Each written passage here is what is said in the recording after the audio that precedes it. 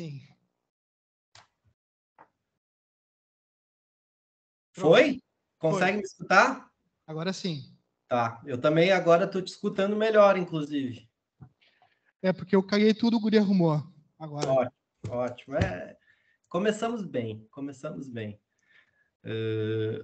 Tem mais um comentário que eu ia fazer. Aula, disciplina, seminário, no dia 5 de janeiro. Eu queria agradecer de antemão a presença de todos aí.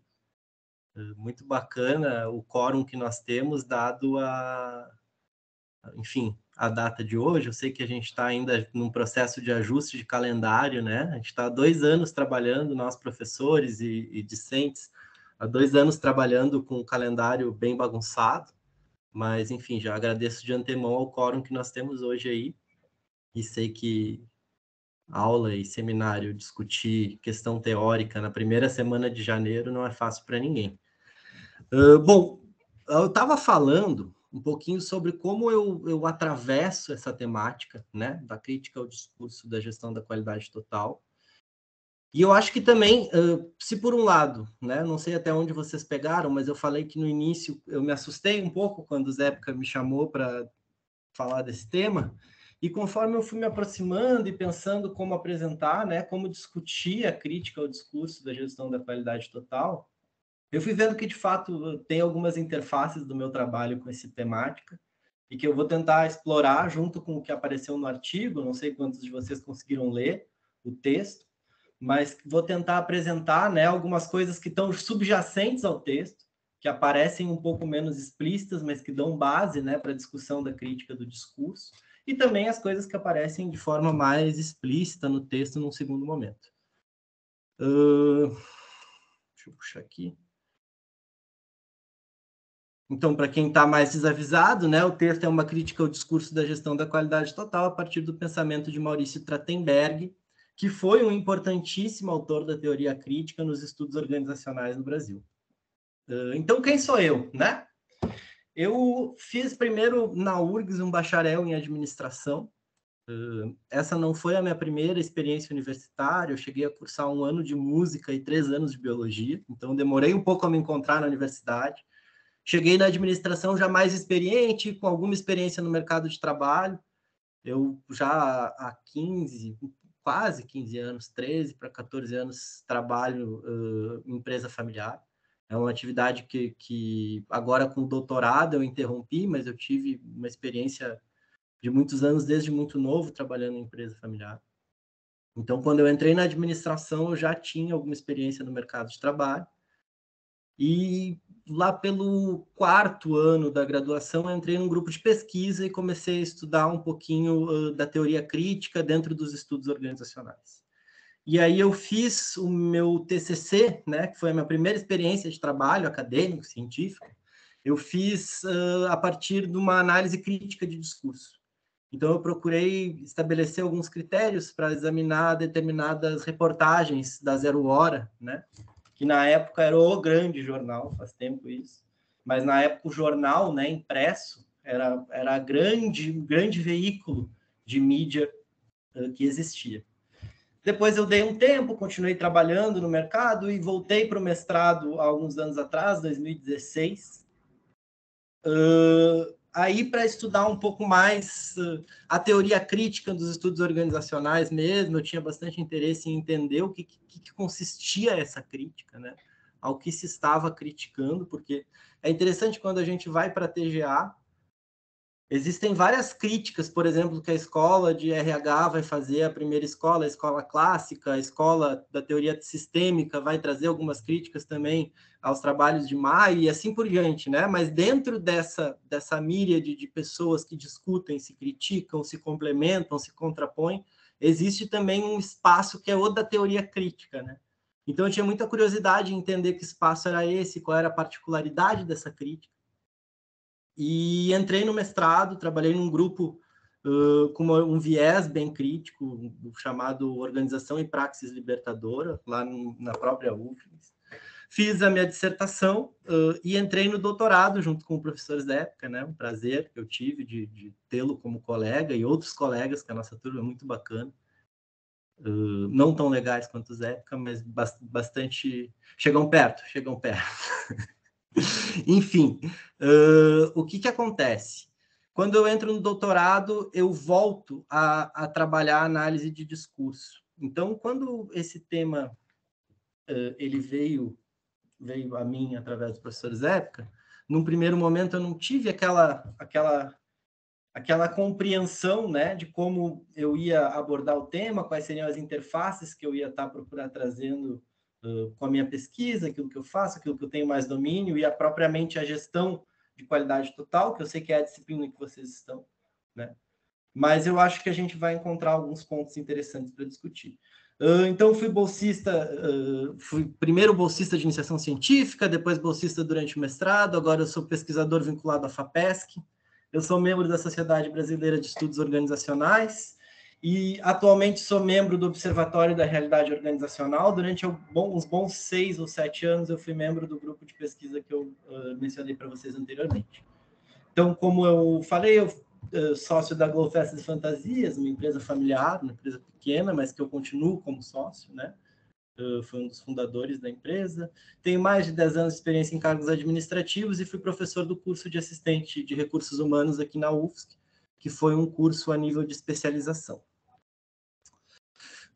Trazer para vocês um pouquinho da agenda hoje. Olha só, eu não sei se tu está trocando de slide, mas a gente está congelado no teu primeiro slide. Ixi, eu estou trocando sim. Espera aí, então.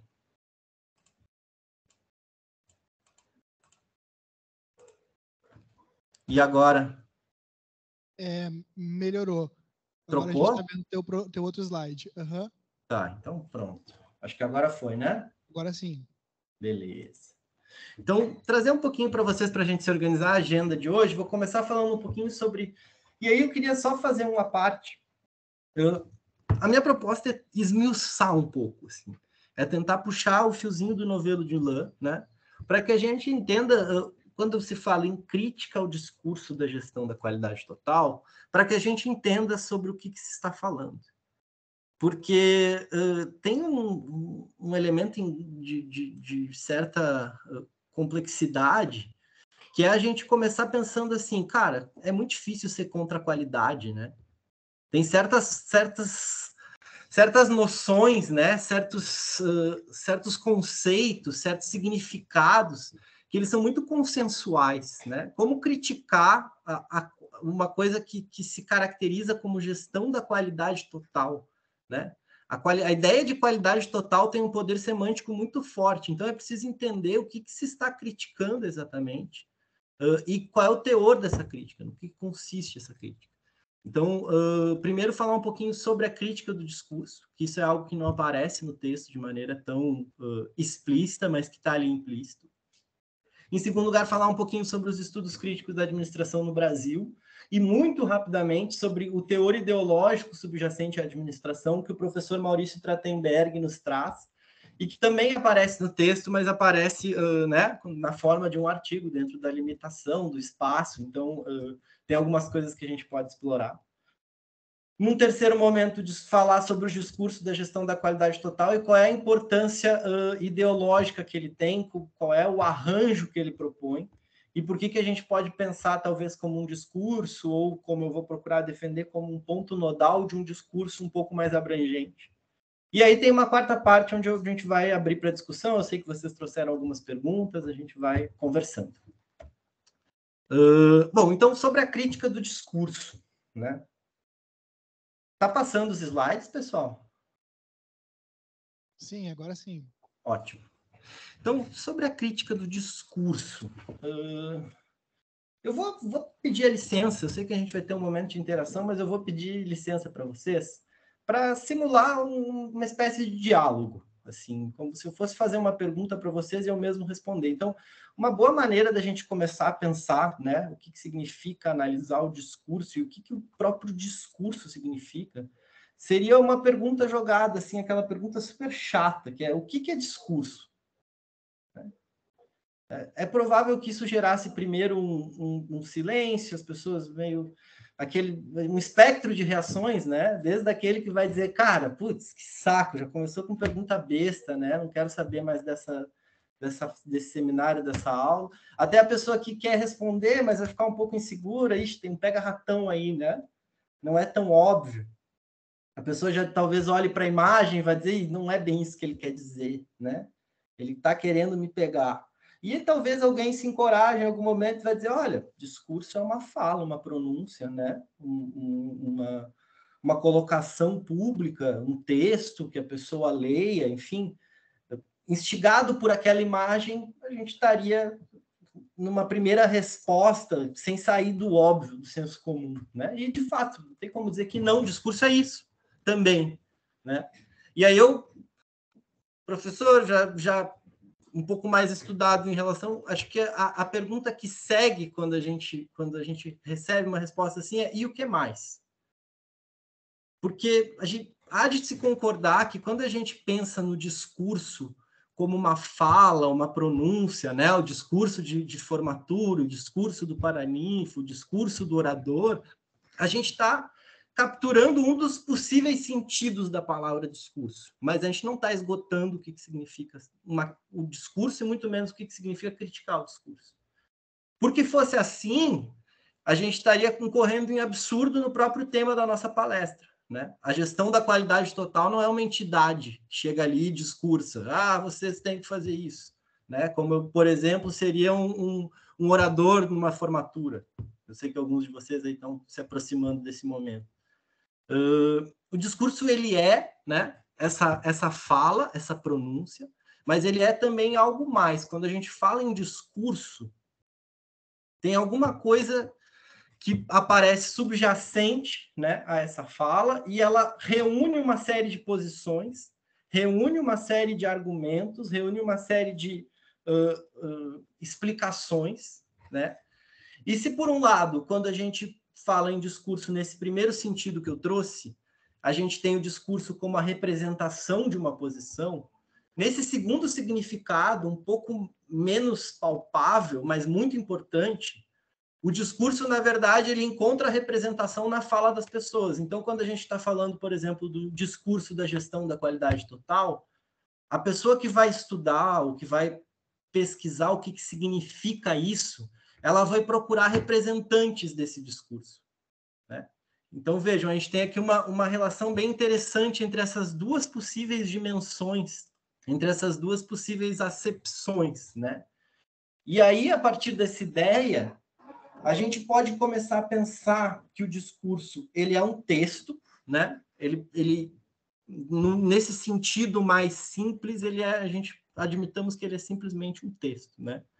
Mas ele também, na medida em que ele começa a puxar referências de outros textos, a se balizar, a utilizar a língua como elemento, né, de ponto em comum que vai se fazer ele ser compreendido por outras pessoas, ser inspirador, ou ser um discurso sem pé nem cabeça, ou ser um discurso péssimo ou maravilhoso, ele vai estar sempre se apoiando em intertextos, em outras falas, outras citações, outras ideias, de maneira que aquele discurso ele é, ao mesmo tempo, um produto do seu tempo histórico, né? Da sociedade na qual ele está sendo proferido ou ele está sendo representado, né? E também da criatividade, da capacidade intelectual, da subjetividade, da personalidade daquela pessoa que está discursando, né? Então a gente precisa pensar que o discurso ele é muito mais do que palavras, né? Do que simplesmente a coisa que o cara vai falar e vai se perder ali naquele momento. Ele tem um enraizamento histórico e social e ele tem o que a gente chama de um carregamento material, ele mobiliza, né? O discurso ele é sempre algo que nos faz enxergar a realidade de alguma maneira, né? Ele nos serve como lente através da qual a gente passa a ver o mundo. Então, nessa segunda acepção um pouco mais difusa e complexa do que é o discurso, a gente vai ter justamente o que a gente pode chamar de um recorte que é sempre arbitrário, ele é sempre em disputa, né? Do que são análises críticas de discurso e do que são as análises consideradas não críticas de discurso, né? Geralmente, quando a gente vai trabalhar com análises críticas, essa discussão sobre o enraizamento social, sobre a direção para a qual aponta o discurso, né, sobre as relações de poder que estão permeando as relações entre os atores, o quem fala, quem escuta, né, essas questões são trazidas à tona e como que escovadas a contrapelo. Né? São análises que se propõem justamente a esmiuçar essas relações sociais, né, que também, assim como a criatividade, como o intelecto da pessoa que profere o discurso, mas de forma indissociável, elas também contribuem para a produção dessa pronúncia, dessa discussão, desse texto. Enfim, a gente vai discutir um pouco qual é o limite do que é discurso, do que não é discurso. Eu gostaria de esticar um pouco. Vamos começar pelo discurso vinculado ao texto, à fala, à pronúncia, à linguagem, mas eu acho que ao longo da nossa discussão aqui, a ideia é esticar um pouco o que o significado de discurso nos traz, né? E já, então, pensando um pouco que existe uma gama muito grande, muito mais diversificada, né, de manifestações discursivas do que a gente poderia imaginar. Então, eu convido vocês a olhar para essa imagem muito singela, né, que não é nenhuma imagem, é uma gravura, é praticamente um esboço ali que eu selecionei para representar uma pessoa discursando. É claro que o discurso dele é composto pelo que ele for falar. Talvez ele fale coisas maravilhosas, talvez ele fale coisas que não vão inspirar ninguém. Mas, certamente, a ideia que a gente tem do que esse desenho representa para nós seria muito diferente se fosse uma pessoa com outro tipo de vestimenta. Se não houvesse um palanque, ao invés do palanque, ele tivesse jogado na sarjeta, né?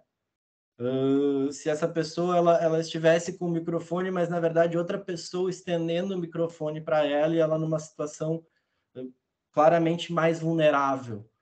A mensagem de um discurso, né? Não é à toa que quando a gente vai proferir alguma palavra numa cerimônia mais ritualística, geralmente existe um tipo de vestimenta, existe todo um código que ele é semiótico muito mais do que textual. O que eu quero dizer com semiótico muito mais do que com textual? Ele apela aos símbolos, e a linguagem, sem dúvida, é simbólica, né? Mas ele apela também a outros símbolos que fazem parte do discurso. E tem uma história que eu acho sempre legal de contar para a gente pensar um pouco sobre como o discurso ele está, às vezes, em coisas... Duas histórias que eu quero trazer. Uma um pouco mais antiga e pessoal, e outra um pouco mais recente e bem difusa, assim, na mídia, bem difundida, desculpem, na mídia. A primeira, uma coisa que eu tinha muita dificuldade em entender, eram muros baixos, em regiões, assim, com mais nobres, quando a gente viaja para fora, às vezes aqueles lugares que tem várias casas com os murinhos baixos que qualquer um pula, né? E eu pensava naquilo na minha infância, que loucura muro baixo, né? Para que serve o muro baixo? O que ele nos passa, né? Ele não serve para nada. Eu posso pular e roubar essa casa aqui tranquilo. E eu vinha muito com essa ideia do muro, né? Para mim, o muro tinha que ser autossuficiente para que as pessoas não pudessem pular, para que trouxesse uma segurança para casa, né? E eu não percebia que aqueles muros, dependendo da onde eles estivessem alocados, a simples representação simbólica daquele discurso que demarca, olha, daqui não se deve passar, era suficiente. E aquilo, muitas vezes, ele funciona para determinadas situações, né? E para outras situações, aquele mesmo símbolo ele representa uma fragilidade imensa, né? A partir da minha perspectiva, aqueles muros eles não serviam para nada. Quando na verdade naquele local, né? Eles demarcam e muito bem que as pessoas não devem ultrapassar, né? Aquele local demarcado.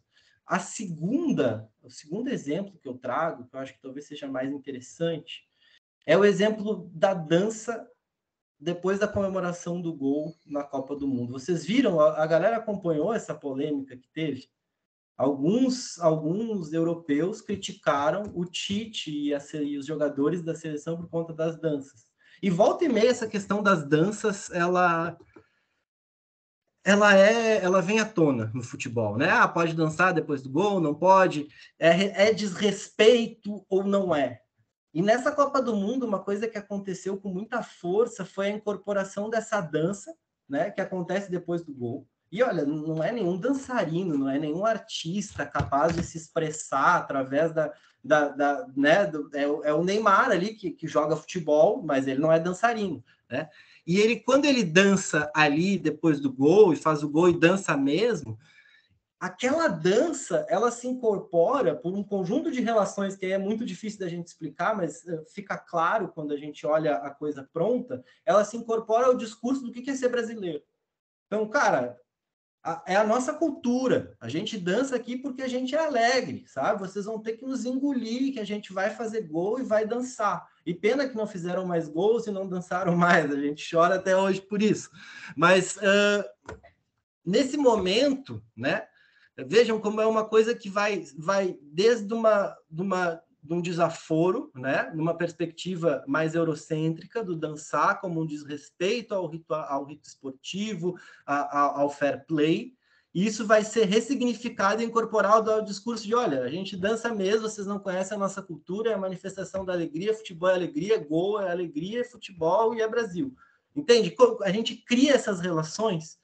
E algo super simbólico, que não é nenhuma pronúncia, não é o Neymar não vai lá defender a nação, entende? Ele simplesmente vai lá e faz uma dança. E aquela dança, por um conjunto de relações simbólicas, ela se torna parte do discurso, e uma parte bem importante, no sentido de que vai para a mídia, e isso é discutido, né? Do discurso sobre o que é ser brasileiro, do discurso sobre o que somos nós, qual é a nossa cultura, o que ela representa. Então, as manifestações discursivas, elas são muito diversificadas. Elas estão, óbvio, na linguagem, mas na medida em que elas estão na linguagem, a gente precisa pensar que elas intervêm, de um lado, no nosso processo de socialização, porque só é possível conhecer o mundo, né, através de símbolos, através de significados, através da linguagem. Não é à toa que a principal marca de educação no mundo sempre foi a questão da alfabetização. Se a gente for pensar assim, quais são os índices internacionais que medem os mais fundamentais, né? Que medem o índice de desenvolvimento humano de um lugar, a alfabetização, taxa de alfabetos. É a capacidade de se inserir nesses códigos, nesse conjunto de relações, de compreender e de também recriar, porque a linguagem não é uma coisa morta, ao contrário, é uma coisa muito viva, né? E a gente, ao falar, ao produzir um meme, ao entender um meme é uma unidade muito complexa e extremamente assim, avançada de significação e significado. Né? Não é à toa que, cara, vocês devem passar por isso. Um meme que é muito legal para os colegas da mesma idade, às vezes tu manda para uma pessoa um pouco mais nova, ela, putz, que coisa mais ridícula, que cringe, né? É porque, cara, o meme que usa geralmente da graça, do joguete, ele precisa nos capturar naquela rede de significação e a gente precisa compreender muito rapidamente, porque ele é muito efêmero, então a gente precisa compreender aquele conjunto de relações de significado e aonde ele transcende aqueles significados para a gente achar graça.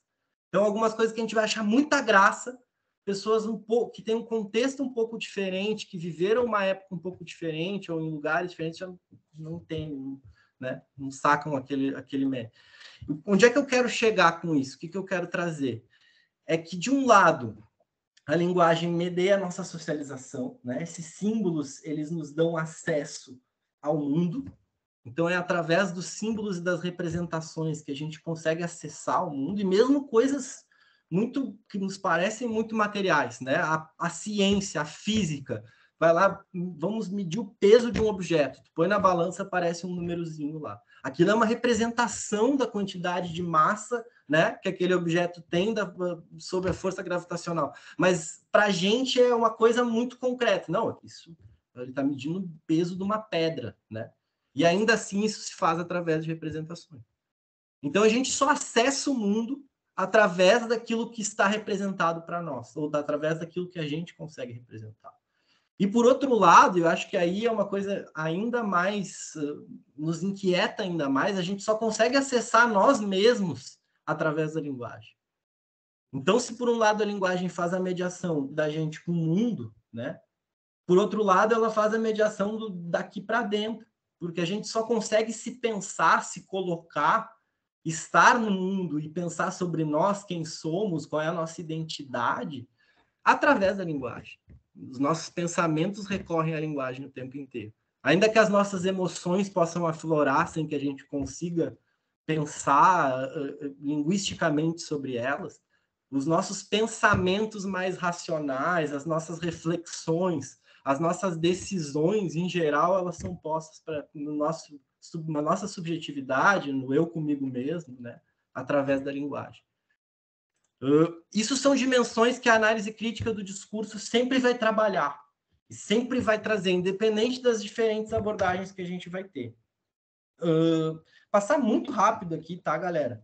Por fundamentos científicos da linguagem, acho que é importante pensar assim, existem duas principais escolas de análise de discurso, a primeira é a anglo-saxônica, que a gente não vai falar muito, a segunda a francesa, né?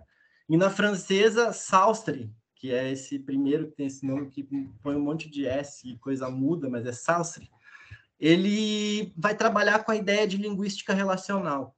E a linguística relacional, ela vai nos trazer a seguinte ideia, o que é fundamental a gente saber sobre ela? É que a identidade na linguagem, ela é sempre relacional. Ela nunca é uma... Então, a gente pensando assim mais filosoficamente, né, a coisa em si, né, o ser, ou melhor, o ente, a coisa em si, e o ser da coisa. O ser da coisa é relacional, porque a coisa só é em relação com os outros objetos. Por exemplo, tá? Para ficar mais claro, a palavra não, né? A palavra não geralmente remete à negação. Mas a gente tem na linguagem, na nossa língua, no nosso uso corriqueiro, diversas maneiras de usar, sei lá, você não vai fazer isso, né? Ó, você não vai fazer isso, significa uma coisa. Agora, você dizer, você vai fazer isso, não é? Quando você tira o não de determinado lugar na frase e põe para o final, você vai fazer isso, não é? Você já está perguntando, poxa, você vai fazer isso, não vai? Vai, né? Ou então você vai dizer, não, você não vai fazer isso. Uma ideia diferente do não. E você pode usar essa frase e construir de diversas maneiras, de maneira que o não, que num primeiro momento significa negação, num segundo momento, em outras relações, ele vai dizer, vai significar um desafio, ou vai significar um pedido de por favor, faça isso, etc. Existem vários usos, várias maneiras de construir essa frase. Então, o Sartre vai trazer justamente essa ideia da linguística relacional, que vai colocar que o significado das palavras ele não se dá de imediato, né? Ele vai se dar conforme o contexto. E isso é uma linguística muito interessante, especialmente para nos ajudar a explicar a quebra da regra, né? A ironia, a exceção, o ato falho, a importância de determinadas, né? O Nelson Rodrigues, a genialidade literária, são questões que afloram justamente daí, né? Da capacidade que os signos têm de representar outras coisas quando colocados em relações criativas diferentes. Então, acho que da linguística de Saussure, o mais importante é a gente pegar isso. De Foucault, o que vem para a análise crítica do discurso, principalmente, é essa ideia da ordem do discurso, né? Então, o discurso ele não é algo simplesmente que é proferido pelas pessoas, mas ele é também produto de um enraizamento social, né? As ideias que a gente tem na nossa cabeça, elas não são só nossas. Essa ideia muito individualista do intelecto totalmente dissociado, né? Aquela coisa muito into the wild, assim, dissociado do social, isso não existe. É uma grande ilusão do século passado, que já nesse século vem sendo praticamente já posta assim em desuso, né? É a compreensão de que as nossas ideias, a gente está sempre subindo nos ombros dos nossos antepassados e da cultura, da sociedade, da capacidade intelectual de quem veio antes, para que a gente possa estar aqui nos posicionando, colocando as nossas ideias, etc. Né? O discurso que está subjacente àquela pessoa que está proferindo. Então, essa ideia da pessoa como uma representação do discurso e não do discurso como uma representação da posição pessoal. Né? E de Gramsci, uma ideia mais da política, da construção de consensos, né? Da capacidade do discurso em mobilizar, em atar o mundo de maneira que ele faça sentido para nós. E o sentido que a gente atribui para o mundo ele é muito importante, porque ele determina boa parte das nossas ações. Né? Se o meu trabalho é justo, se ele não é justo, se as coisas que eu faço são gratificantes, se não são, se eu sou uma pessoa boa, se a empresa que eu estou é legal, se a universidade que eu estou é legal, se o meu professor é bacana ou não é. Tudo isso, a forma como a gente vê, né, o direcionamento, o sentido que a gente atribui para as coisas, tem uma importância muito, muito grande e uma relação muito forte com aquilo que a gente faz. Isso acho que qualquer um de nós consegue perceber muito rápido. Né? O sentido que a gente atribui para a coisa é fundamental para a nossa motivação, enfim, para tudo na vida. Né? Então, o discurso ele tem essa capacidade de atar o mundo de maneira que as coisas façam sentido para um conjunto de pessoas. Né? Então, a gente tem, por exemplo, é daí que a gente tem na mídia determinadas manifestações que a gente vê bastante, assim, o discurso da esquerda, o discurso da direita, o discurso do capital, o discurso dos empresários, o discurso dos sindicalistas, né? São formas de atar o mundo a partir de determinadas perspectivas bem marcadas, que não importa o que aconteça, né? Tu vai significar aquele acontecimento a partir das relações que tu já tem estabelecidas. Então, de alguma maneira, e aí a gente já passa para essa segunda coluna aqui, vou me ater menos a DSC, porque a gente não vai ter tempo para falar de tudo, mas de alguma maneira, por um lado, a ACD, que é a análise crítica de discurso, tem um nome bem óbvio de Foucault, que é uma abordagem bem importante, vai trazer essa ideia do discurso a partir de várias dimensões, texto, intertexto, né? Discurso como uma prática social. E de outra teoria política do discurso, de Laclau e Mouffe, que é a que eu venho trabalhando mais para tentar entender, né, como criticar essa coisa tão difusa e tão complexa, como eu procurei argumentar aqui, talvez vocês não concordem, mas para mim complexa, que é o discurso. A teoria política do discurso ela vai procurar entender o discurso como uma articulação de diferenças, né? Então, existem várias posições particulares de mundo, mas, de alguma maneira, essas posições se articulam a partir de um sentido coletivo que elas atribuem para o mundo. Né? Muitas vezes, pessoas... E é muito interessante a gente pensar isso no Brasil. A gente tem um país extremamente dividido, né? E uma das questões centrais é a dificuldade que outras iniciativas políticas tiveram de se articular. Né? Elas não conseguiram captar nessa eleição dividida, né? A tal da terceira via foi sempre uma miragem, nunca conseguiu de fato se estabelecer, nunca conseguiu criar relações com as diferentes posições de sujeito, articular-se como um discurso. Existiam dois discursos que se confrontaram. E a teoria política do discurso ela vai procurar entender, então, o discurso como esse conjunto de diferenças que se articulam. Ok? Alguma dúvida até aqui, pessoal? O ritmo está muito rápido, muito acelerado, muita coisa. Não, é que assim, tu vai falando com uma naturalidade, uma coisa tão simples para ti, e eu fico pensando 2 ou 3 vezes antes de tentar chegar perto do que tu tá falando. Não sei vocês, assim. Você tá lá em cima, assim. Mas a gente tá curtindo demais, eu tô curtindo demais. Vamos lá. Qualquer coisa vocês me interrompem, podem perguntar o que não entenderem. Se vocês não estão entendendo, é porque eu também não estou entendendo, geralmente, tá? Mas eu sou o que menos me entendo às vezes. Mas o que acontece? É um tema que eu me empolgo, eu começo a falar e vou atropelando. Então, fiquem sempre à vontade para me parar, se precisar, quem quiser levantar a mão, qualquer coisa, a gente vai num ritmo mais que for agradável para todo mundo. Bom, E agora chega na parte que eu mais me empolgo, que é estudos críticos da administração no Brasil. E a discussão do Trachtenberg, né, sobre o teor ideológico que seria subjacente à administração. Então, entender até... Eu não sei quantos de vocês conseguiram dar uma olhada no material, no texto, mas entender um pouco qual é o objetivo daquele artigo, né? O que aquele artigo está fazendo? Acho que é legal a gente parar um pouquinho para pensar o que eles estão fazendo ali naquele artigo científico que acho que é de 2011, né? Primeiro tem um método que é muito interessante. A gente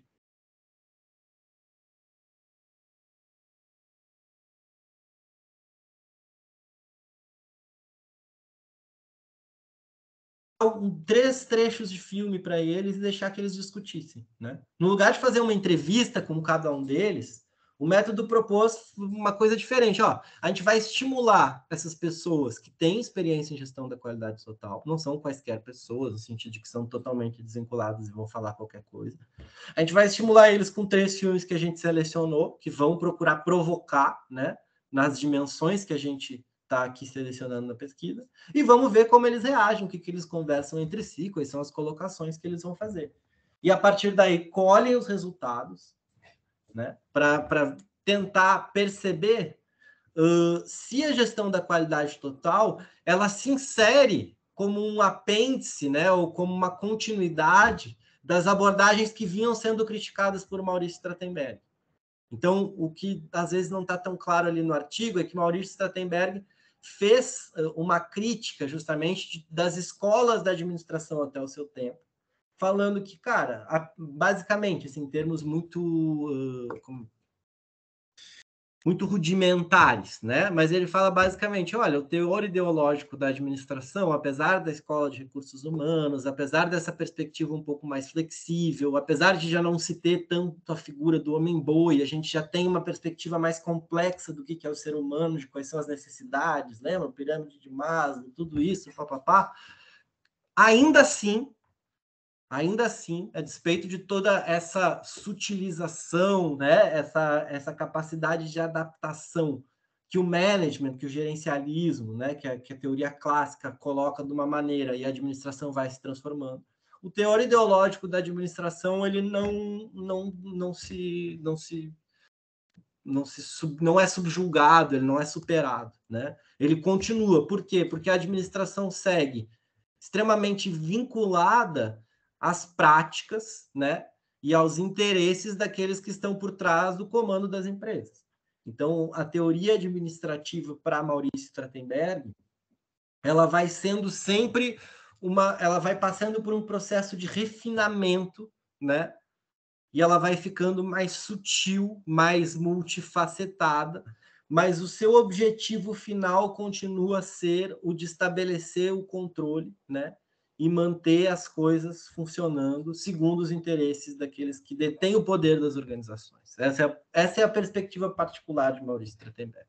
E o que o artigo se propõe a fazer é ver, então, se a gestão da qualidade total, que surge depois daquilo que Trachtenberg critica enfim, vai se disseminar principalmente a partir do processo de reestruturação produtiva no Brasil nos anos 90, o que o artigo se propõe a fazer é ver se essa continuidade, né, o caminho que as teorias organizacionais tomaram, se insere na esteira das abordagens que recebem essa crítica. Então, a gente pode estender a crítica de Trachtenberg também para a gestão da qualidade total, sim ou não, né? E é isso que o artigo se propõe a fazer e vai trazer como conclusão de que sim, é uma continuidade da teoria geral da administração, das teorias organizacionais, para ser mais preciso, e, enfim, vai trazer essa perspectiva. Desapareceu os slides para vocês? A gente está vendo o slide que tem as 3 fotinhos ali. Ótimo. Essas 3 fotos, pessoal, só para trazer aqui quem são. O primeiro ali de cima é o próprio Trachtenberg, tá? Aqui embaixo e à esquerda, um importante intelectual que foi citado agora no discurso do Silvio Almeida, que é o Alberto Guerreiro Ramos, né? eu trouxe até uma citação dele aqui, a teoria da organização, tal como tem prevalecido, é ingênua. Guerreiro Ramos foi um dos primeiros intelectuais negros na academia brasileira, foi um grande sociólogo e um cara que teve uma importância muito grande para os estudos organizacionais. Trabalhou a partir de Weber e trouxe um pouco a ideia da racionalidade, né? Quais são os tipos de racionalidade que existem nas organizações. E o cara de baixo aqui, talvez vocês conheçam um livro dele sobre teorias geral da administração, que é Fernando Prestes Mota. Também outro importante autor da escola crítica no Brasil. E talvez aqui esteja faltando, eu não consegui achar uma foto boa dela, por isso que eu não botei, mas para até questão da representatividade, Ana Paula Paz de Paula, uma pessoa fantástica que é viva ainda, esses três já falecidos, mas Ana Paula Paz de Paula ainda viva, né? Ainda atuante, muito atuante, ainda nova, e uma grande pesquisadora da área dos estudos críticos no Brasil, vale mencionar também. Ela é bem discreta, eu não consegui encontrar uma foto legal dela na internet para colocar aqui, só por isso que não apareceu. Mas vale menção também a Ana Paula Paz de Paula, que é uma grande autora dos estudos críticos no Brasil.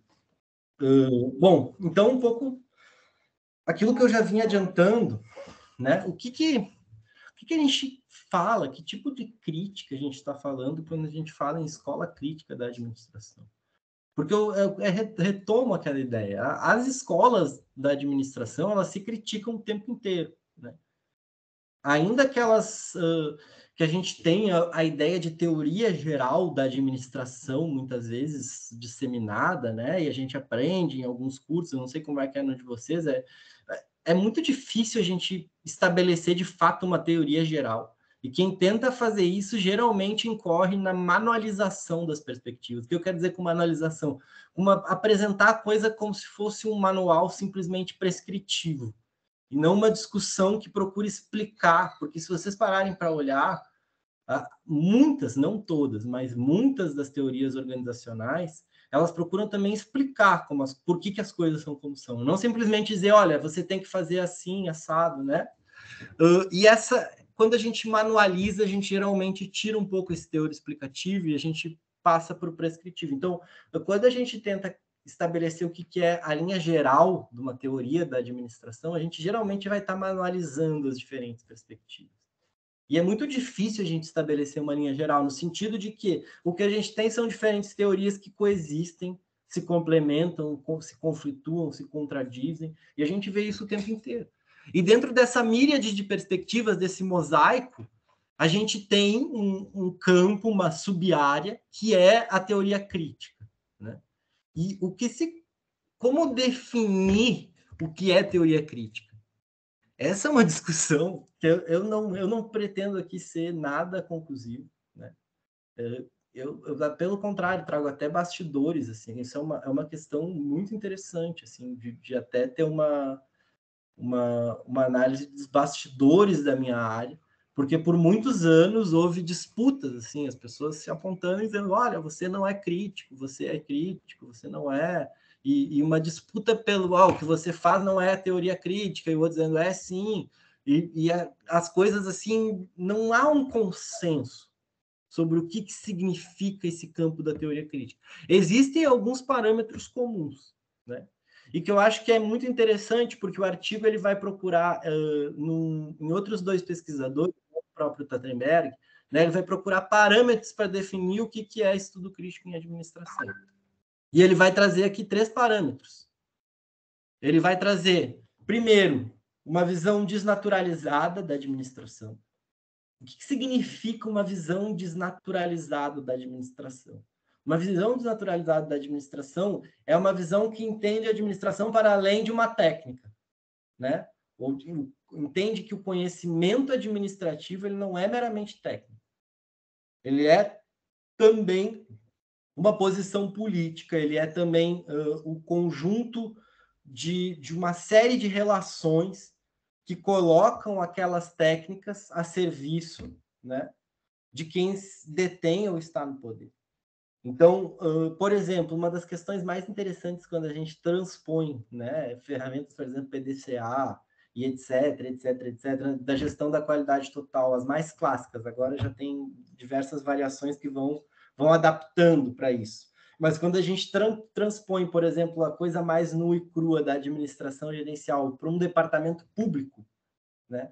Algumas questões, como, por exemplo, não tem hierarquia para implementar isso aqui de fato, o ritmo da repartição pública é muito lento, os caras são... As pessoas começam a criar defeitos da estrutura pública para justificar o fato de que uma técnica que vem de outro modelo de organização não dá certo na estrutura pública ou numa repartição pública. Então, é como se o problema fosse o destino e não a inadequação daquela ferramenta para aquele tipo de organização. E a gente vê isso bastante. Quem trabalha em repartições públicas, quem é funcionário público, sabe. Volta e meia surge uma parada, uma técnica, uma ideia nova, um novo modelo de gestão. E aquilo não cola, sabe? Aquilo não vai. Fica estranho, trava. Qual é a primeira coisa que as pessoas geralmente apoiam? O problema é da repartição pública, é do funcionalismo público. Né? É muito fácil essa discussão. Ela se torna... É fácil cair para esse lado. Né? É simplório demais a gente atribuir a isso. E, na verdade, o que a gente tem são ferramentas inadequadas para aquele modelo de organização, mas que, pelo fato do modelo empresarial ser hoje aquilo que a gente considera hegemônico, né, o mais forte, o mais difundido, o que é mais valorizado socialmente, é onde se produzem ferramentas e técnicas, né, administrativas, e geralmente é da onde se exporta para outros tipos de organização. Futebol é outro exemplo, eu gosto muito de futebol, trago bastante, né? Clube empresa agora, está na moda fazer clube empresa. Quais são as repercussões disso? Não sabemos. Mas é um movimento que a gente pode ver no campo da cultura, nas próprias igrejas, a gente pode entrar nessa discussão, dá para... Enfim, então é desnaturalizar essa visão de que a administração ela tem que seguir o modelo empresarial, porque esse é o modelo natural, é o melhor para todos os tipos de organização, é o mais eficiente. É desnaturalizar essa ideia. Ter uma intenção desvinculada da performance é um ponto muito interessante, porque existem determinadas críticas, né, que elas vão no sentido de melhorar um problema, por exemplo, a diversidade numa organização, né? Discussão sobre diversidade. Muitas vezes ela é operacionalizada no sentido de que, olha, para determinados tipos de empresa é mais eficiente estar entre diversos. Mas a diversidade ela não é importante só por conta da eficiência. Se você reduz, né, a importância da diversidade à ideia de eficiência, então, quando não for eficiente, pode ser todo mundo igual, pode ser um ambiente excludente, beleza, quando a eficiência não tiver impacto, né? Se é que há uma atividade assim. Então, a gente vai trazendo determinados conjuntos de posições que são, sim, críticas ao que a gente tem na prática e na teoria da administração. Mas essas críticas, elas visam reforçar a performance, elas não visam superar aquele problema de fato, né? O problema da falta de diversidade no mundo, no Brasil, nas posições de poder que a gente tem. Ela visa reforçar a performance, né? A partir de uma ideia de diversidade. Então, determinadas posições, ainda que tratem do mesmo tema, né? Existem estudos extremamente críticos desvinculados da performance que vão falar de diversidade. Mas dentro dessa temática, dessa luta importante, né, pode existir uma perspectiva que vai procurar reforçar a performance. E aí, segundo essa caracterização, esses parâmetros do Al-Kadipani, eu me esqueci quem é o coautor, mas é um artigo produzido por dois autores, segundo eles, né, esse viés, por conta de ter o vínculo com a performance, então caracteriza um estudo que não seria crítico.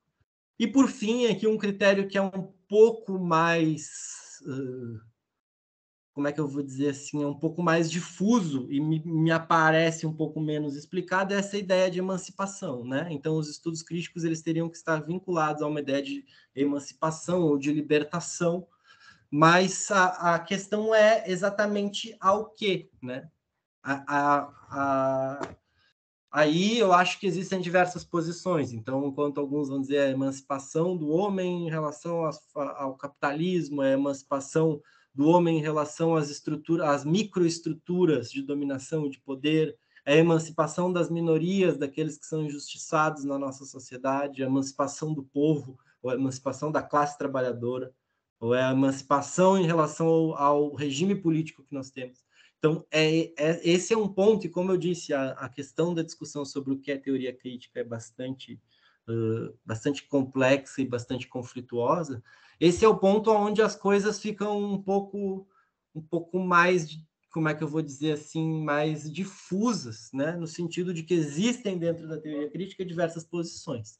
Aqui os autores fazem uma referência, na minha opinião, um pouco vaga, né? Em relação ao que seria a emancipação.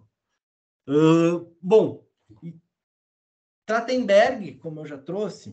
Scherer, me dá um segundo só para eu ver uma coisa com o pessoal aqui. Um segundinho. Claro, vamos fazer um intervalinho? Eu tenho mais um slide dessa... Ah, não. Mas deixa eu só ver com eles uma coisa aqui, só um instante, peraí.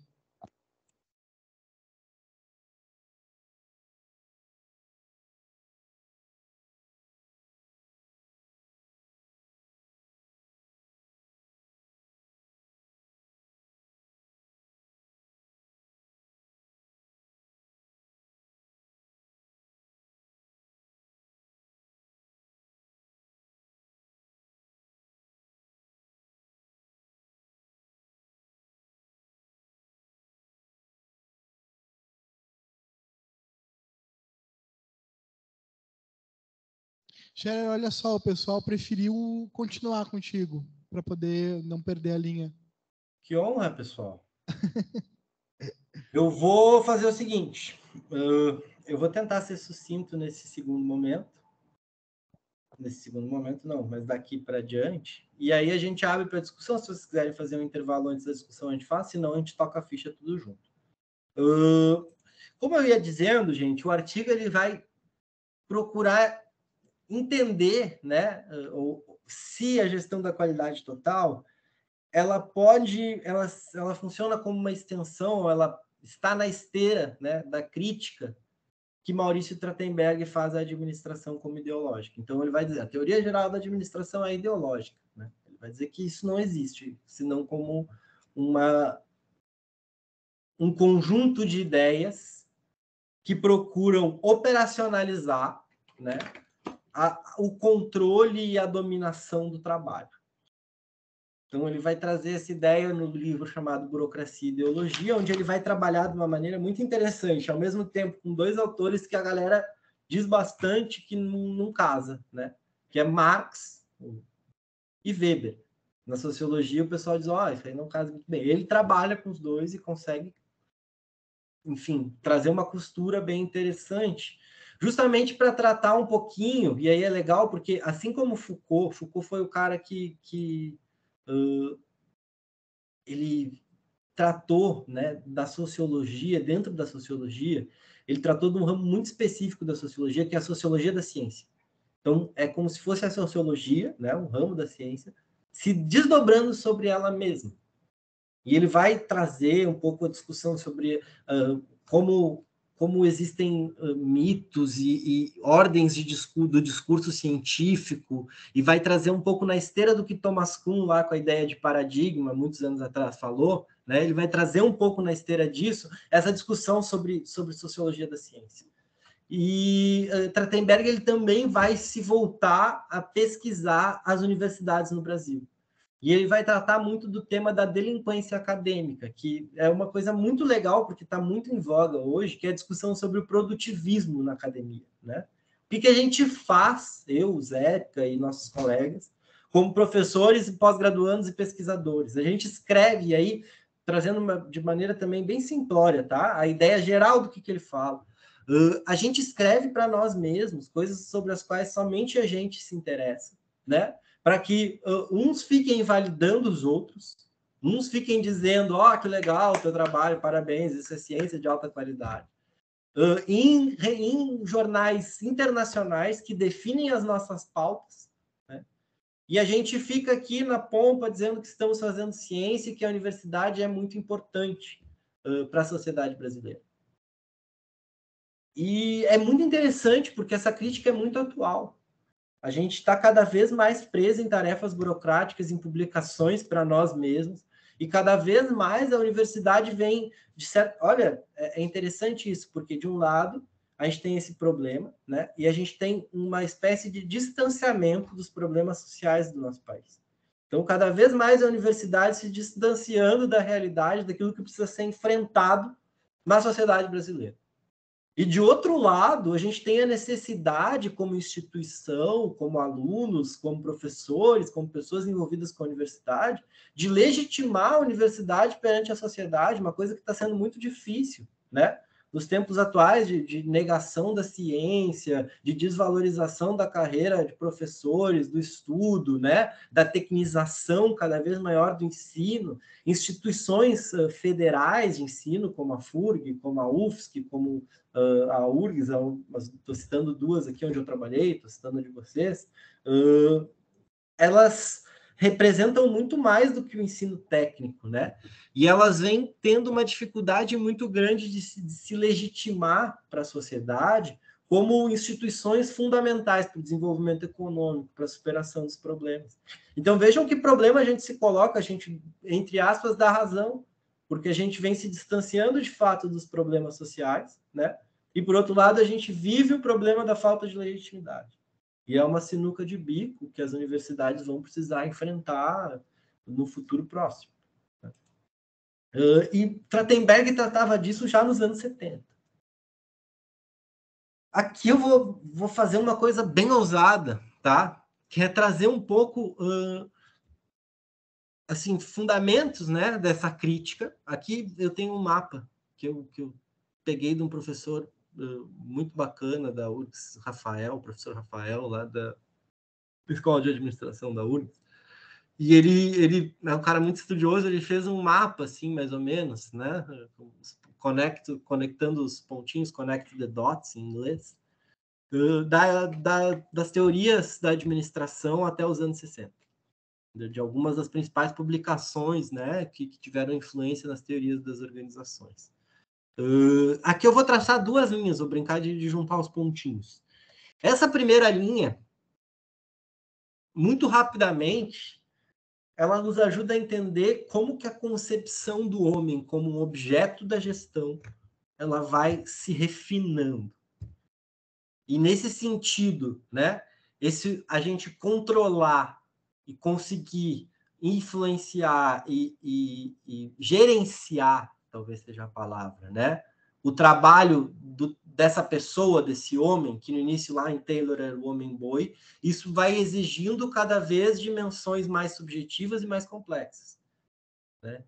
A percepção da administração é de que esse colaborador, hoje chamado de colaborador, trabalhador, já teve muitos nomes, né? Ele já é uma percepção na teoria de hoje muito mais complexa do que era na teoria de Taylor. Então, o que Taylor, Taylor, Fayol? Fayol com uma ideia muito militarista, né, de administração. Então, a administração é controle, é organização, é conseguir coordenar, comandar, né? É uma coisa assim mais... uma escola bem militarista.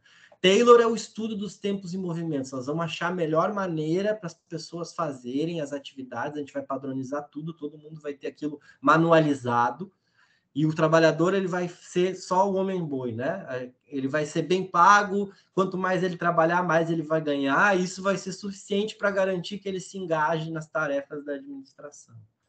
Eu não sei se vocês se lembram de um pouquinho assim da história tiveram TGA já, né? Sim. Um pouquinho assim da história das teorias da administração.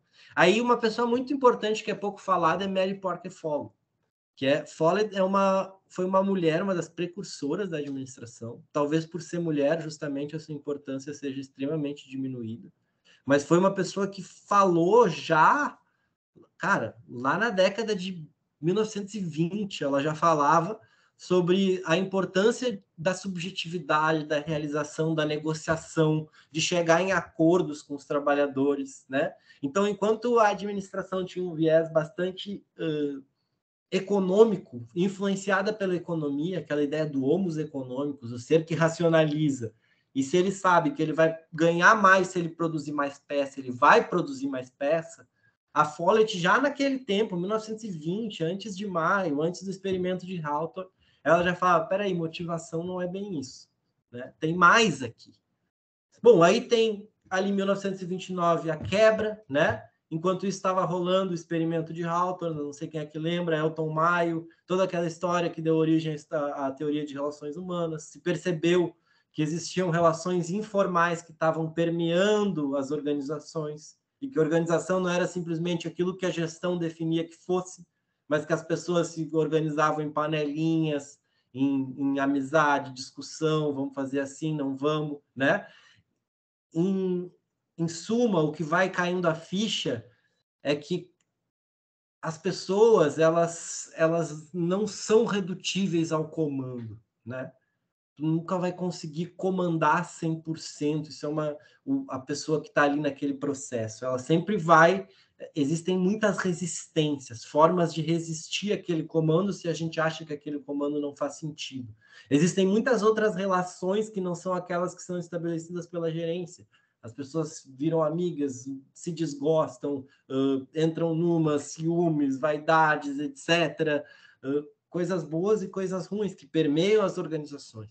Isso começa a cair a ficha, né? E aos poucos a ideia do que é o homem, do que são a sua motivação, do que leva o homem a fazer o que faz, de como funciona a sua motivação, de quem tem capacidade para liderar, ela vai se refinando. E a resposta das teorias organizacionais é justamente refinar os mecanismos de controle, né? Olha, se o homem não é tão simples, então vamos operacionalizar novas maneiras para que essa pessoa se sinta realizada aqui e continue produzindo. Se pessoas felizes produzem mais, vamos fazer com que as pessoas, né, atinjam um determinado grau de felicidade. O que a gente pode fazer aqui como organização para que isso aconteça? Sendo, de novo, bastante generalista, né? Isso leva ao que a gente chama de estado de bem-estar social na Europa, né? Tinha, de um lado, a ameaça do comunismo, de outro, um processo de produção e inovação tecnológica aceleradíssimo, que já vinha desde aquela época, né? A maneira que as organizações encontram de atender essa concepção do homem mais complexo é institucionalizando direitos. Então, as pessoas ganharam férias, bonificações, reconhecimento, cargos, prestígio, outras questões que começam a ser postas em jogo, que vão, no conjunto, né, de organizações, vão estabelecer de aquilo que a gente chama de era de ouro, né? Então, foi aquele momento onde os planos de carreira, né, gratificações, a ideia de que as pessoas faziam a vida dentro de uma empresa e se realizavam dentro dessa concepção de subir na vida, né? Isso sendo construído, e isso leva, por um lado, né, a um certo engessamento. Então, criam-se diversos tipos de fatores motivacionais para que as pessoas trabalhem, né? Isso leva a organizações e a um estado relativamente inchado, no sentido de que, a partir do momento que tu começa a institucionalizar esses direitos, né, a pessoa começa a ficar mais presa por eles. Então, os planos de carreira, como eu falei, aquela ideia de passar a vida inteira numa organização, que é uma coisa que hoje a gente tem muito menos, né? E naquele momento era o grande diferencial de determinadas empresas, que eram vistas como empresas muito atraentes para se trabalhar nelas. Então, isso a gente tem, é uma das consequências dessa concepção mais refinada do homem como objeto de gestão. Uma segunda linha que eu quero traçar aqui, que vai de Weber, né?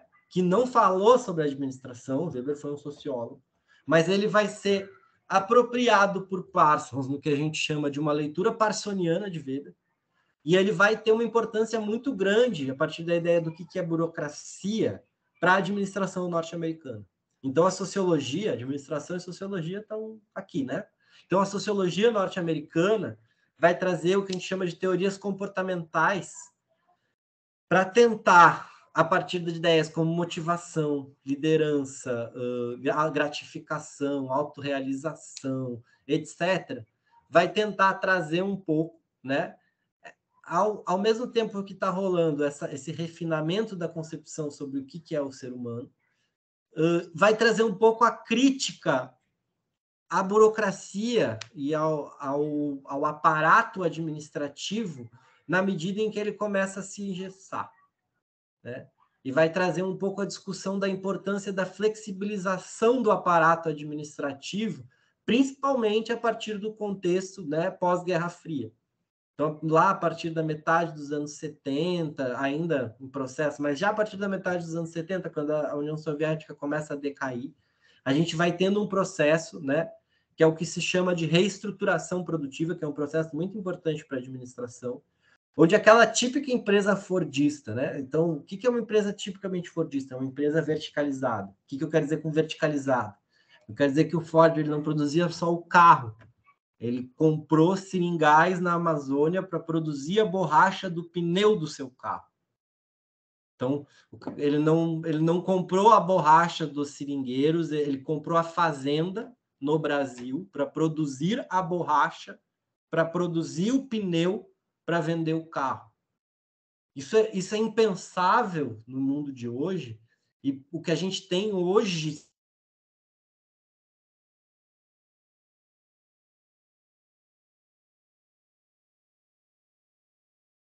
Scherer, ouve a gente ou trancou total? Caiu total?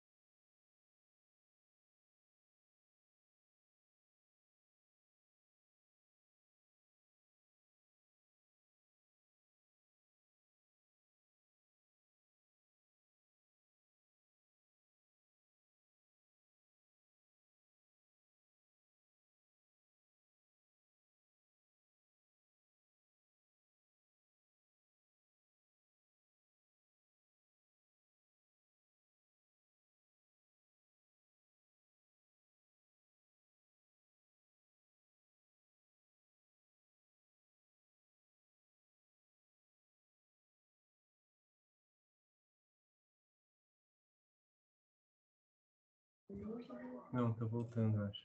Acho que voltei. Desculpa, pessoal. Estão me ouvindo? Sim, Estão sim. me ouvindo? A gente tá sem a tua câmera e a tua apresentação. De repente, se tu Peraí. quiser tirar e colocar de novo.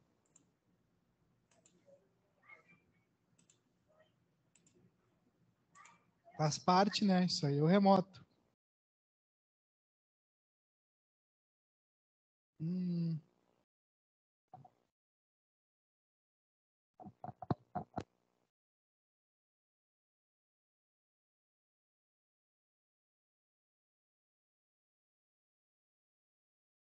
Prática administrativa, principalmente nos enfoques explicativos, ela começa a questionar essa. A gente tá sem a tua imagem aqui. Então, sem a minha imagem, peraí. E agora? Eu vou sair. Voltei? E a apresentação tá aí? Ainda não. Não? Peraí, então.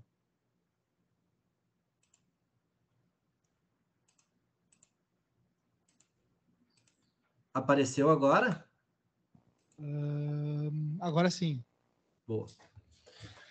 Então, o que eu quero trazer com essa segunda linha aqui, pessoal? É que, a partir da interpretação parsoniana do que Weber falou, a gente tem uma concepção cada vez mais crítica, né, das empresas engessadas, das empresas mais que atendiam aos parâmetros típicos de uma empresa da era fordista, né?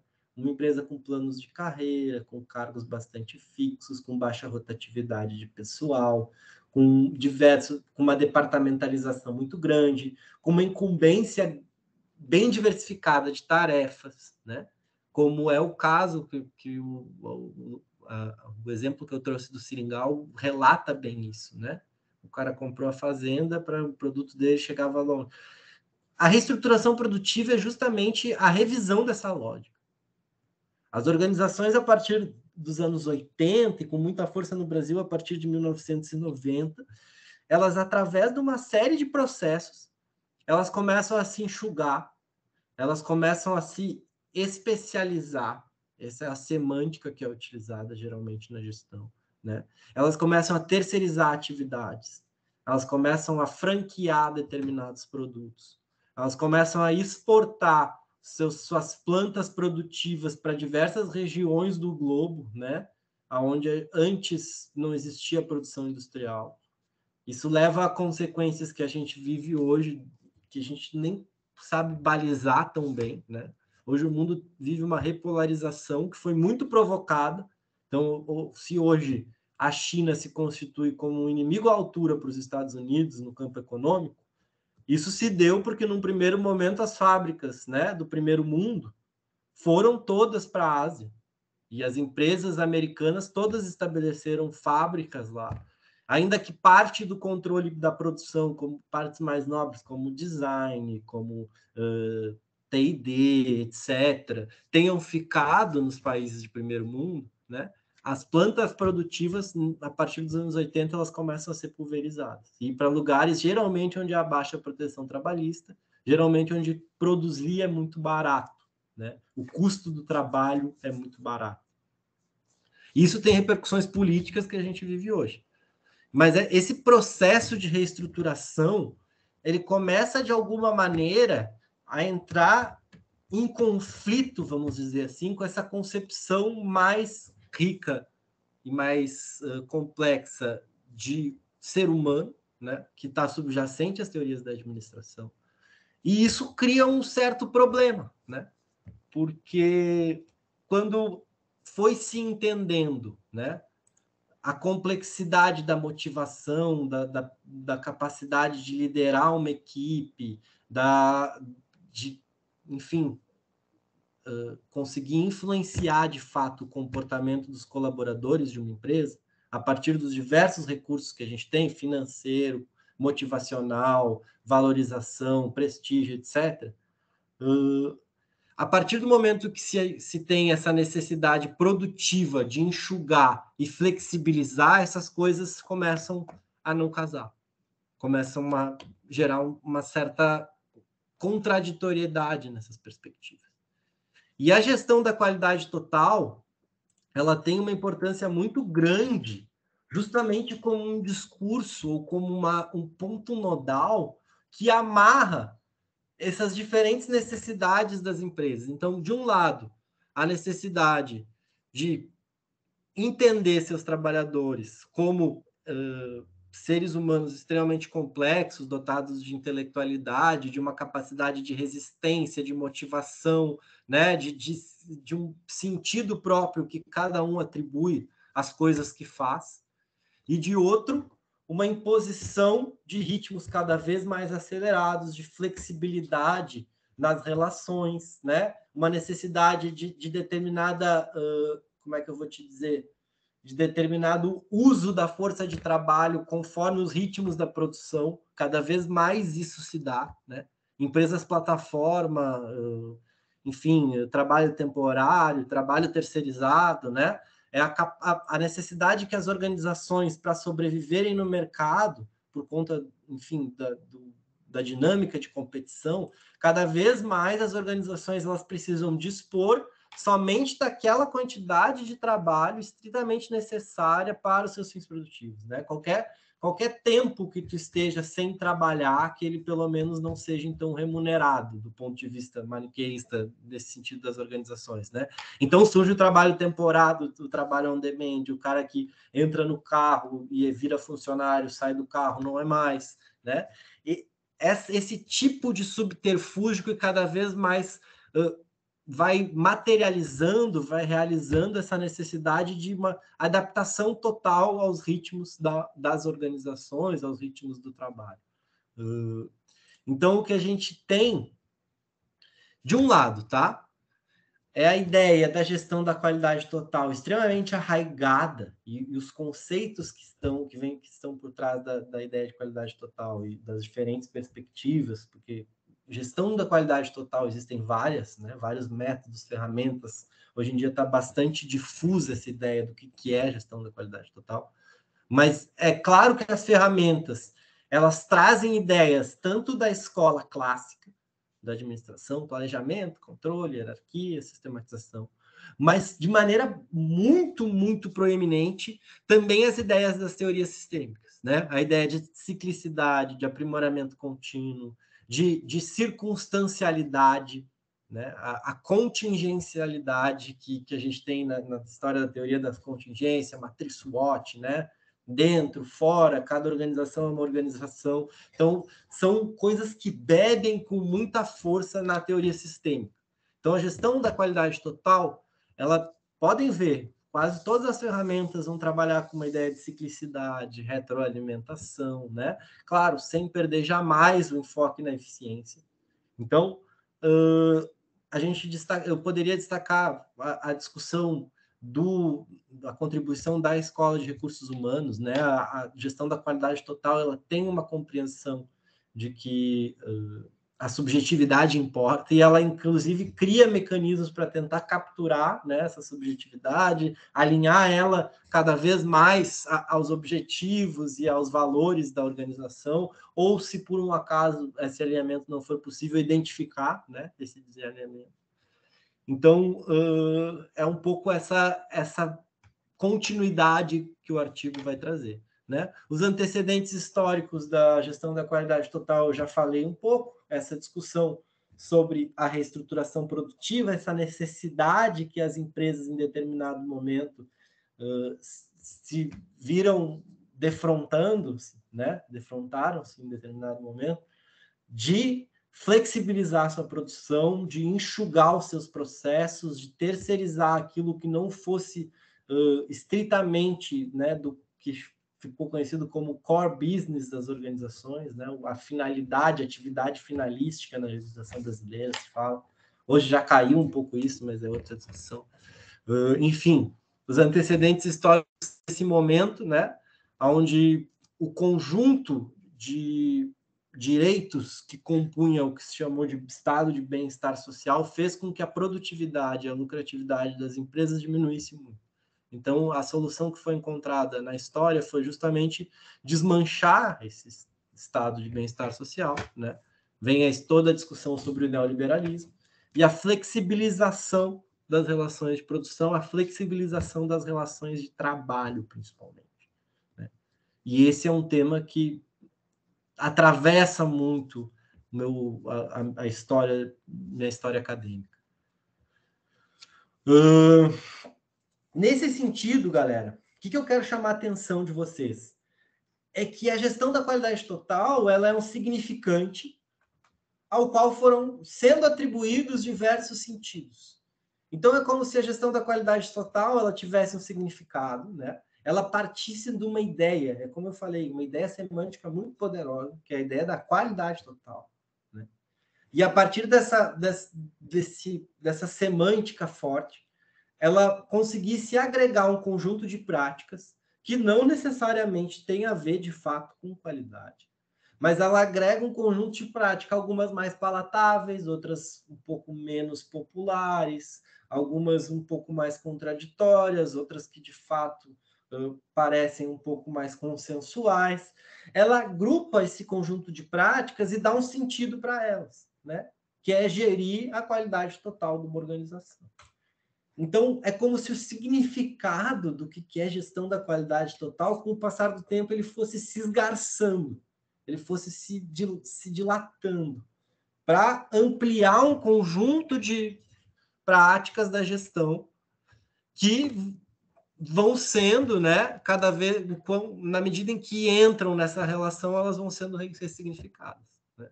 E não necessariamente, como vocês devem ter percebido ao longo do semestre, né, essas práticas, elas realmente nos levam a uma concepção direta sobre a ideia de qualidade, o incremento da qualidade, ou uma preocupação, por exemplo, se a gente for pensar em qualidade de vida das pessoas que estão trabalhando.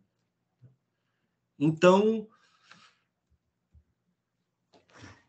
A gestão da qualidade total, ela aparece, né, criticada no artigo como uma continuidade dessa perspectiva gerencialista que Trachtenberg vai criticar nos estudos, nas teorias da organização, né? E ela tem um papel muito importante como instrumento de legitimação justamente nesse processo de reestruturação produtiva. Porque o processo de reestruturação produtiva, ele trouxe diversas questões problemáticas socialmente, no sentido de que ele levantou algumas vozes contrárias, né? A gente tem, por exemplo, um dos elementos assim que foi mais combatido, que eu consigo pensar agora no Brasil, foi a discussão sobre terceirização no setor público, né? Sindicatos, por exemplo, de professores e técnicos nas universidades, cara, é um tema bastante assim, já trabalhado, né? A crítica de sindicatos de professores e de técnicos, enfim, a terceirização nas universidades, ou a terceirização em outras diversas repartições públicas. E a terceirização é um dos processos que entra nesse balaio que passa a ser significado pela ideia de gestão da qualidade total. Então, a crítica ao discurso da gestão da qualidade total, no meu entender, ela é justamente a crítica que procura desnaturalizar esse conjunto de práticas, né, como práticas que são, de fato, voltadas ao incremento da qualidade. E vai explicar essas práticas a partir justamente dessas necessidades históricas, né, de reestruturação que vão sendo colocadas para as organizações e que, por uma questão de manter-se no jogo, né, de manter-se competitiva, aos poucos vai se alastrando para diferentes tipos de organização, passa desde das organizações empresariais até outras formas que a gente tem na nossa realidade. Então, é interessante pensar que esse esgarçamento do qual eu falei, ele tem o próprio processo já aponta para os seus limites, né? O próprio fato desse significado ir se esgarçando significa também que a capacidade de reunir esses elementos diferentes, né, em algo que faça sentido para as pessoas também vai diminuindo. E a gente tem hoje que, na realidade, de empresas extremamente dinâmicas, de MEI, de pouquíssimas empresas mais estruturadas que têm, de fato, a condição de implementar esses processos mais toyotistas, Kanban, PDCA, etc., etc., a gente vê que hoje isso já quase cai em desuso, né?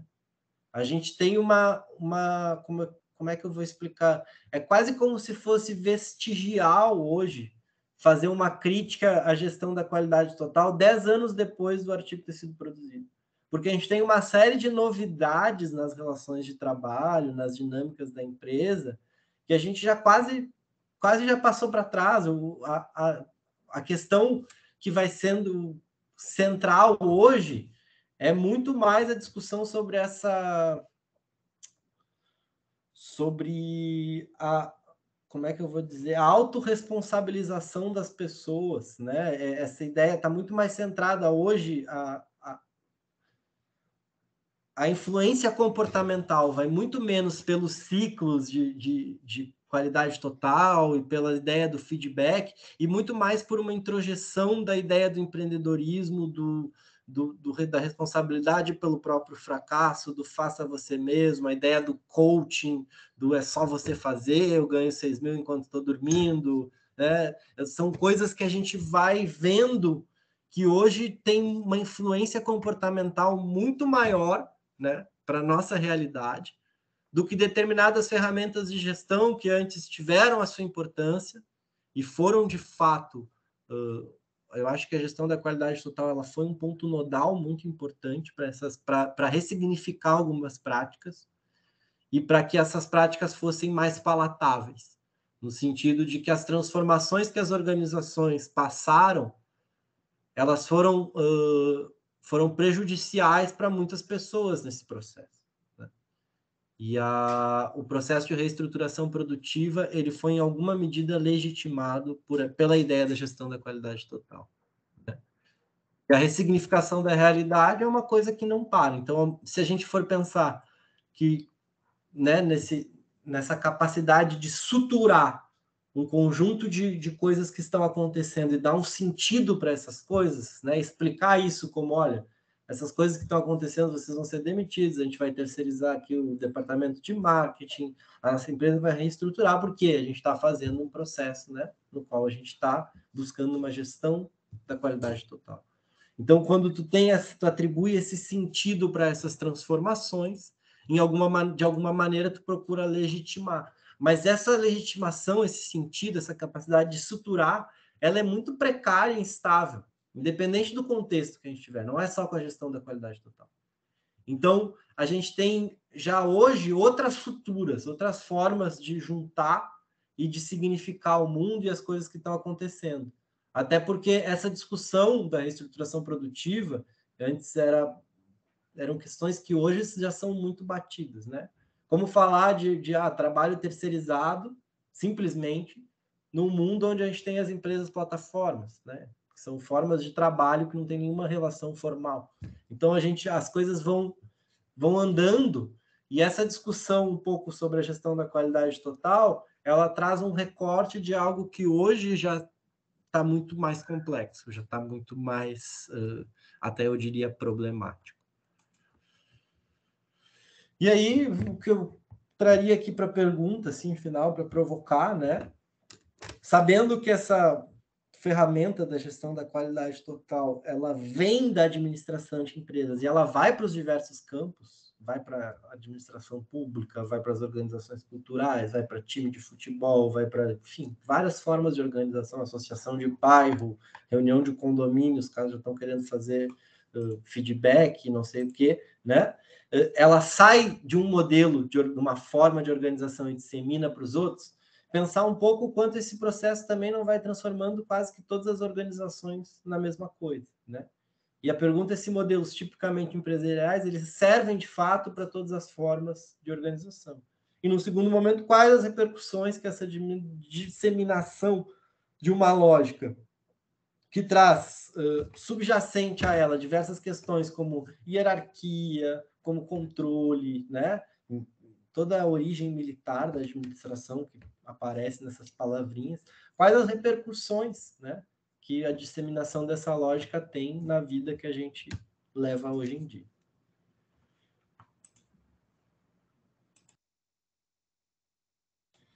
E o que eu tinha para trazer para vocês, assim, nesse momento mais expositivo, é isso, pessoal. É essa discussão que eu queria trazer, um pouco tentar amarrar o que eu pesquiso, que é, né, análise crítica de discurso, com o que o texto trouxe, e fazer um pouco essa discussão da crítica ao discurso. O que a gente está querendo criticar quando a gente critica o discurso da gestão da qualidade total.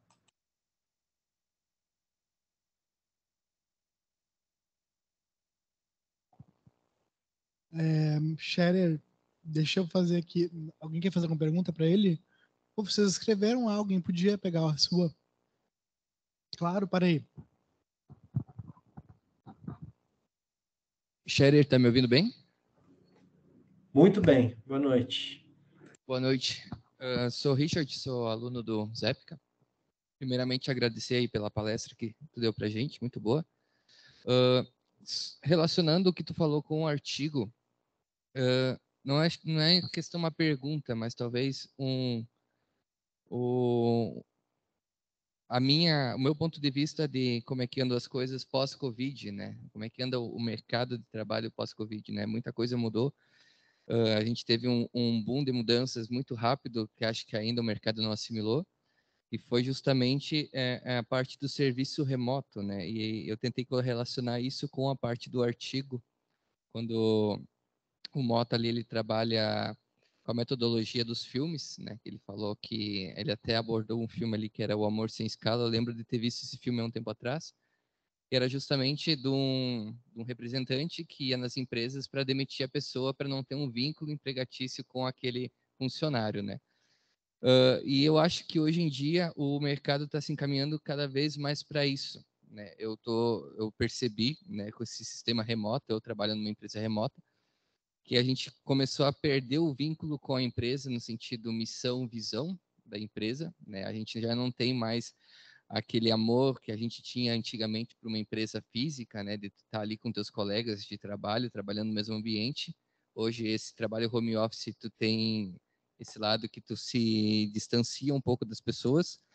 E, ao mesmo tempo, eu vejo que no trabalho hierárquico do chefe com o funcionário também perdeu-se a empatia, né? Não se tem mais aquele vínculo com o funcionário, o que torna mais fácil haver demissões e não havendo um contato mais emocional com o seu funcionário em si, né? Que é o que aborda ali nesse filme, né? Então, a minha pergunta é: a gente está retrocedendo nesse aspecto? A gente está voltando agora com essa função remota, justamente voltando no tempo? Ou tu acha que não? Que baita pergunta, Richard. Baita pergunta.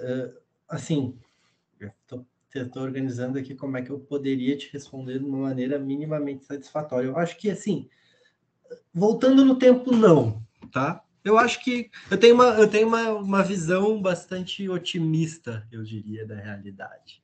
O que não significa ingênua, tá? Otimista não significa ingênuo. No sentido de que eu acho que os problemas, eles se atualizam, né? E, de fato, isso que tu nos traz é um problema novo. Eu fiz um pouco naquelas duas linhas, eu falei um pouco a contradição, ou os elementos conflituosos, né? As tensões entre, de um lado, a percepção que vai se tendo, que os estudos vão nos trazendo, de que questões motivacionais, subjetivas, sentir-se bem, sentir-se valorizado, a identificação que a gente tem com o nosso trabalho, acho que essa é uma palavra que apareceu muito forte na tua fala, né? Identificar-se com a empresa. Cara, isso é desculpe a palavra, mas é um puta problema na atualidade.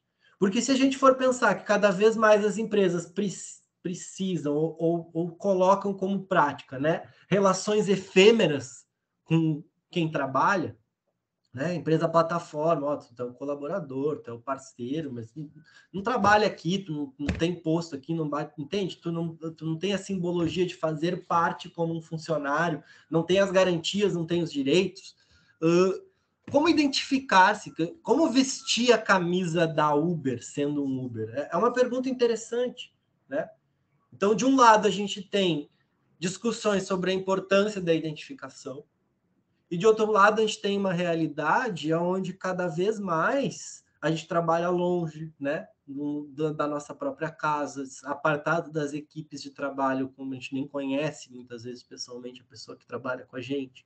A empresa, ela não tem um lugar fixo, não pode nem ter mais sede, né? Reduz o custo, mas tu não tem nem se der um problema, tu não sabe nem para onde ir, né? E isso é interessante porque é um problema atual. E ele é um problema que ele vai surgindo não a partir de um andar para trás, mas os obstáculos que nós mesmos vamos pondo à nossa frente, né? A partir das escolhas que a gente vai tomando. Então, eu acho que essa questão que tu traz, eu não tenho assim, olha, deveria ser feito isso, né? O que eu vejo é que, assim, a questão da identificação, principalmente, eu acho que tu traz bastante, é uma coisa que as organizações estão fazendo cada vez, como é que eu vou dizer, dinâmicas ou programas de identificação cada vez mais agressivos, né? Aquelas coisas, festa de final de ano, que todo mundo canta o hino, umas coisas cada vez mais apelativas, assim, né? Não sei quem é que já passou por coisa assim aí, talvez alguém possa trazer um exemplo claro disso, mas coisas cada vez mais apelativas que vão surgindo para quem acompanha e que vão tentando forçar a barra dessa identificação, desse alinhamento, né? Sabendo que o alinhamento tem que ser muito rápido, porque a pessoa vai passar ali, vai ficar 2, 3 anos e não quer mais. Inclusive, é interessante isso. Isso está nas organizações, mas é aquela questão aí eu acho que a análise de discurso nos ajuda muito a entender, né? Tá também, o discurso, a gente reproduz o discurso também. A gente não é no sentido só produtor, né? A gente é reprodutor também. E a gente vai conforme a gente vai socializando num mundo onde as organizações são extremamente dinâmicas, a gente vai também, é interessante, as pessoas mais jovens hoje não querem carreira numa organização, elas querem focar mesmo, né? Eu tenho uma irmã com 5 anos de diferença, e ela trabalha também com administração, mas a perspectiva dela é extremamente diferente, no sentido de que ela é uma pessoa, eu gosto de brincar, muito mais startupeira do que eu. Então, ela é mais dinâmica, ela trabalha, às vezes faz umas coisas assim com os nomes pomposos e legais, que tu vai ver ela tá fazendo só pelo prestígio ali, daí já sai, vai para uma coisa mais simples, mas que alimenta ela financeiramente, aí já sai de novo, já vai para uma outra coisa. Então, a gente tem essa flexibilização como uma prática legitimada para nós mesmos, para as pessoas que vivem esse contexto de flexibilidade, né? A gente legitima isso é hoje legítimo. E são coisas que há alguns anos atrás tinha bandeiraço contra a terceirização no setor público, né? Então, é interessante pensar isso, porque essa questão para mim é uma contradição lógica do caminho que a administração tem nos levado, né? Se a gente tem empresas cada vez mais dinâmicas, relações de trabalho cada vez mais efêmeras, a identificação vai ser um problema cada vez maior. A pessoa sentir-se parte daquela organização é algo que leva tempo, alinhar-se àqueles valores e comprar, vestir a camiseta, como se diz, é uma questão de identidade. Não pode forçar a barra disso, né? Cada vez mais a tendência é que essa identificação seja uma questão problemática na realidade que a gente vive.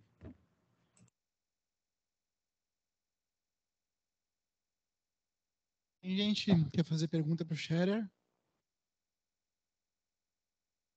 Não? Eu me empolgo tanto que agora eu assustei, né? Desculpa, gente, eu não sei se eu ajudei, se eu atrapalhei. Eu sei que eu falei mais uma hora aqui, porque eu acho que a gente fica te amadurecendo depois da tua palestra. Eu sempre fico pensando e amadurecendo. Assim. De susto. Gente, ok? Scherer, acho que assim, ó, sem palavras para te agradecer. Sei que a tua agenda é curta, complicada, e a gente te ouvir foi um prazer. Sempre é um prazer, né? Um privilégio, assim, nosso poder estar te ouvindo falar uma coisa que tu pesquisa. Então, muito obrigado, viu? De coração. Eu que agradeço a atenção. Obrigado pelo espaço, Zé, pela atenção de vocês, de todos os alunos, pessoal que está participando. O prazer é todo meu.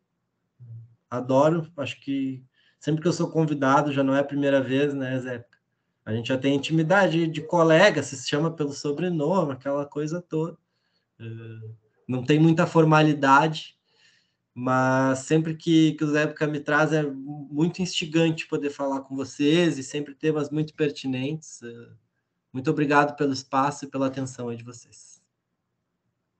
Show de bola. Obrigado, viu? E semana que vem estamos aí de novo, né? Semana que vem estamos aí de novo. Valeu, Scherer. Até mais. Valeu, galera. Até mais. Boa noite.